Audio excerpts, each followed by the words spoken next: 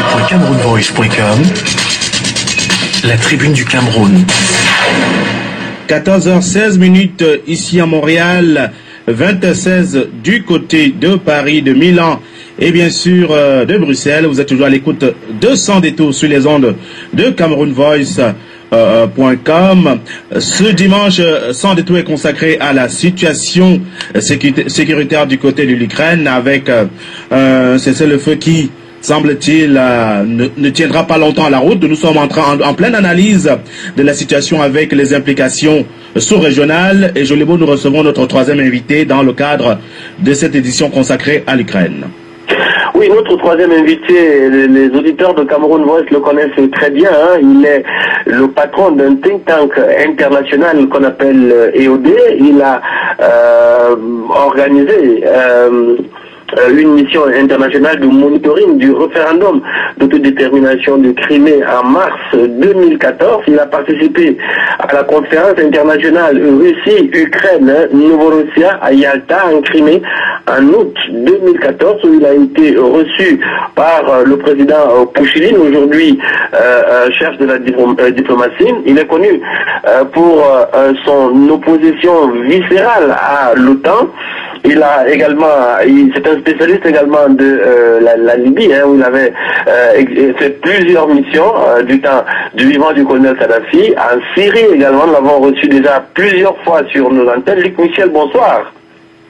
Oui, bonsoir. Bonsoir à vos auditeurs. J'aurais tout d'abord une toute petite pensée pour le fondateur de votre radio qui nous a quittés prématurément. Il n'est pas oublié et nous savons la perte que cela a été, pas seulement d'ailleurs pour Radio Cameroun. Voilà. Je connais bien évidemment le dossier ukrainien puisque ma vie se passe en grande partie en Europe de l'Est depuis le début des années 80. J'ai longtemps eu une compagne ukrainienne. Donc je partage la culture de ce pays, j'y voyage régulièrement, j'ai très longtemps été plusieurs fois par an en Ukraine et donc j'ai aussi une implication directe dans ce conflit qui est émotionnel, ce n'est pas seulement une analyse froide de quelqu'un qui regarde de très loin. Alors, merci pour vos condoléances. Ça nous va droit au cœur et la pensée de notre collègue Bleska nous rend fort et nous pousse toujours à aller de l'avant dans l'œuvre que nous avons commencée et nous ne nous arrêterons jamais. Merci de nous rappeler cela. Alors, revenons sur le sujet. Aujourd'hui, nous parlons de la situation en Crimée et c'est la signature de l'accord de Minsk 2 qui nous ramène sur sur ce dossier ukrainien. Nous avions déjà fait une première émission, vous vous souvenez, quand il y a voilà, en Crimée. Alors, il y a eu Minsk 1 le 5 septembre 2014. Aujourd'hui, Minsk 2, certains observateurs pensent que c'est un dialogue de dupes. Vous partagez cette opinion? Mais totalement. Il faut quand même dire quelque chose, que ce soit Minsk 1 ou Minsk 2, on n'en parle que quand l'armée ukrainienne est en pleine déroute militaire. Lorsque, au mois de juillet ou au mois d'août, l'armée ukrainienne, qui a été attirée dans un pied stratégique par l'armée de libération populaire du Donbass, devant Donetsk et Lugansk, tout le monde a cru qu'ils allaient prendre les deux villes alors qu'ils étaient en train de se faire piéger dans les banlieues. Personne ne parlait de faire la paix, personne ne parlait de rien du tout. Il s'agit ici, c'est clair et net, de sauver le soldat Poroshenko. Il y a maintenant plus de 20 jours, l'armée ukrainienne a voulu lancer une grande offensive en violation précisément des accords de Minsk 1 et elle a immédiatement connu la défaite militaire. L'armée de libération populaire, c'est le nom que les médias russes donnent à l'armée de Donetsk et de Lugansk, a immédiatement fait une contre-offensive. Et pourquoi a-t-on mis une telle pression pour faire Minsk 2? Parce que entre un quart et la moitié de l'armée ukrainienne est encerclée dans une poche autour, ce qu'on appelle un chaudron. C'est un terme militaire issu de la Deuxième Guerre mondiale. C'est quand une grande armée se fait piéger. Il y a donc dans un chaudron autour de la ville de Delbatsevo, entre Donetsk et Lugansk précisément, il y a donc une très grande partie de l'armée ukrainienne qui s'est fait piéger. Le but de Minsk 1, c'était que la trêve soit conclue avant que la poche de Delbatsevo ne se referme, mais elle a été refermée dans les premières heures avant que ne commencent les discussions de Minsk. Le reste, pourquoi est-ce que c'est un jeu de dupes?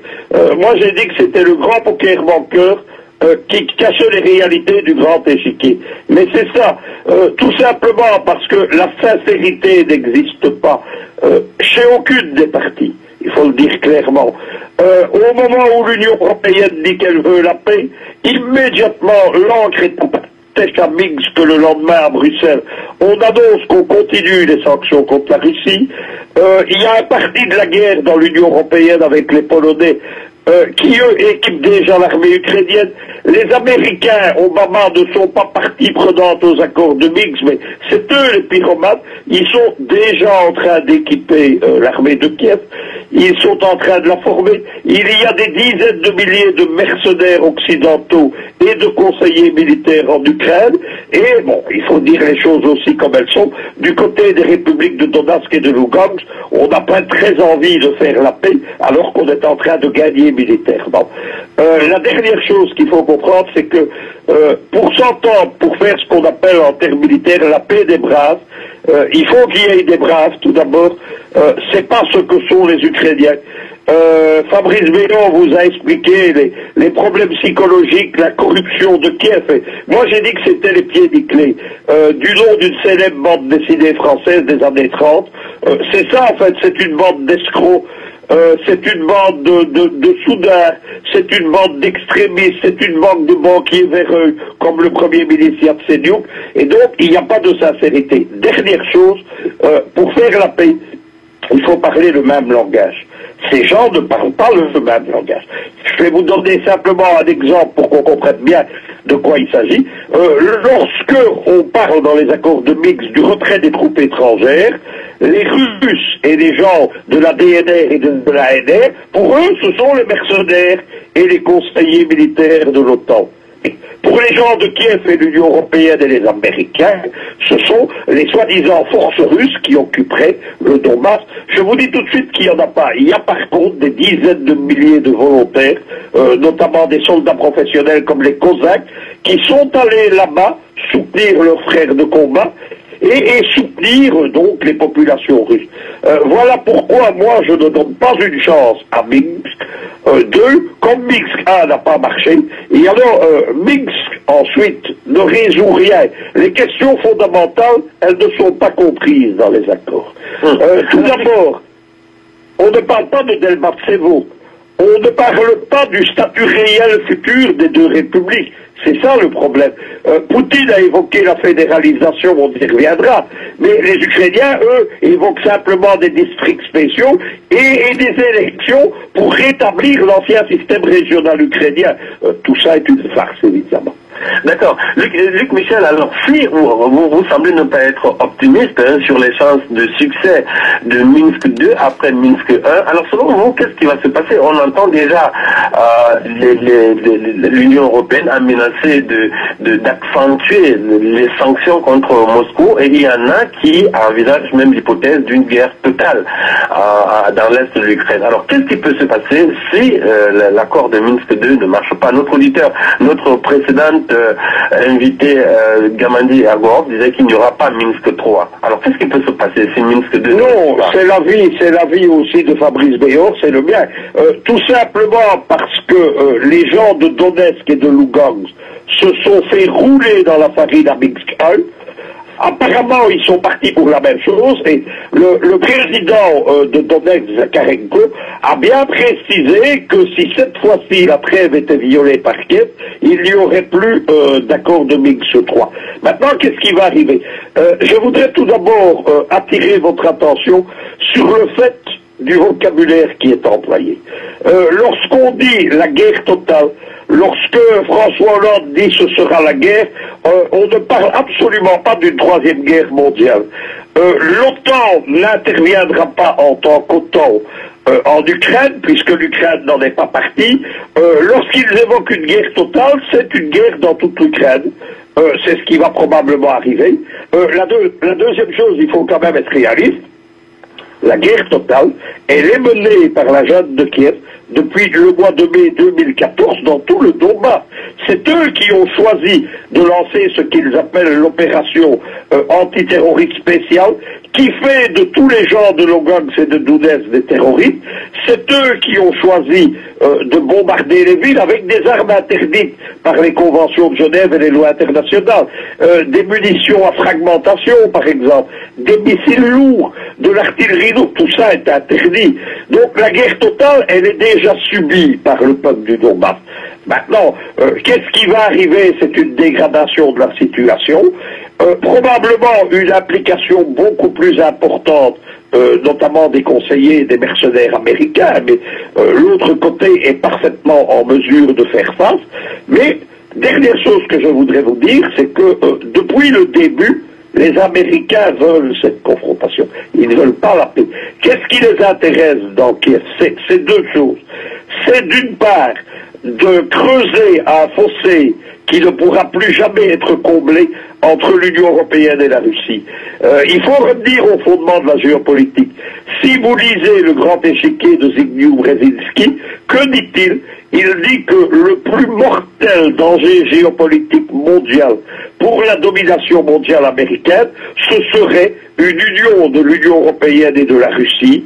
C'est ce que mon école géopolitique qu'on appelait euro-soviétique dans les années 80 disait déjà. Donc, premier but de la guerre en Ukraine, c'est de creuser un fossé entre l'Europe occidentale et la Russie.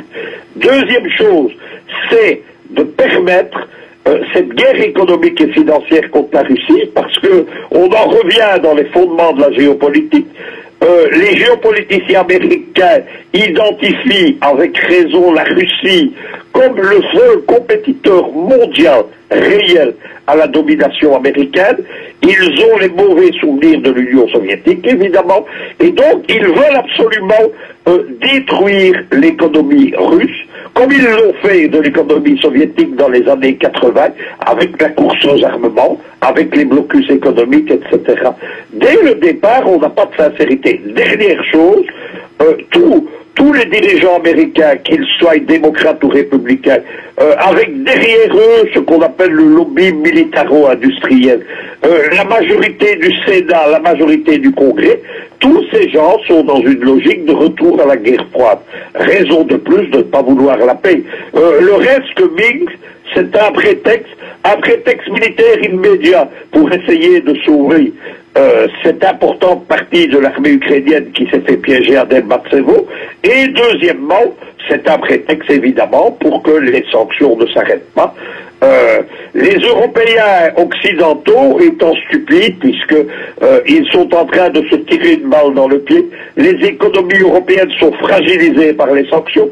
Vous savez que l'Allemagne a de très mauvais résultats économiques actuellement, mais Madame Merkel n'explique pas que c'est à cause des sanctions vers la Russie, qui est le principal partenaire économique de l'Allemagne. Et donc, nous avons des dirigeants européens qui sont muselés, vassalisés dans le cadre de l'OTAN, et qui font une guerre contre les intérêts de leurs États et de leurs peuples et de leurs économies. Alors, certains médias français, Libération notamment, pensent que la signature des accords de Minsk intervenus jeudi dernier constitue une victoire pour Vladimir Poutine. Dans quelle mesure est-ce que Minsk 2 peut être une victoire pour Poutine? Oui. Libération a raison, mais Libération a raison sur un ultra court terme.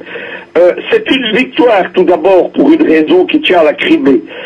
Vous savez que les Occidentaux et l'Ukraine n'ont pas reconnu le retour de l'Ukraine, de la Crimée, avec un référendum démocratique d'autodétermination. J'ai organisé son monitoring, je peux vous attester que la majorité de la population dansait et pleurait dans les rues lors du référendum, et donc ils n'ont pas accepté ça.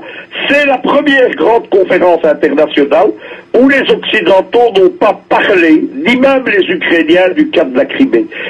Lorsque Minsk 2 a été terminé, au sommet de Bruxelles, on les a entendus à nouveau en parler, mais sur le moment pas. La Crimée, elle est russe, elle le restera. La deuxième chose pour laquelle c'est une victoire pour Poutine, vous avez entendu l'arrogance occidentale avant Minsk 2. on allait faire la leçon à Poutine, on allait le mettre en demeure. Le shérif Obama, le pyromane de l'Ukraine, lui avait téléphoné pour lui faire la leçon. François Hollande, vous savez, ce président qui est le plus nul de la Ve République disait c'est la guerre.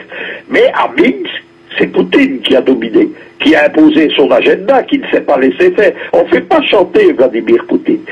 Il a notamment imposé deux choses.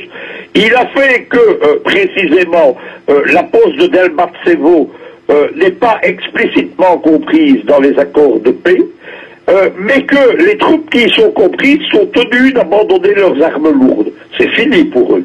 Deuxième chose que Poutine a fait, Poutine a mis sur la table ce dont on devra bien parler un jour, c'est-à-dire la fédéralisation de l'Ukraine.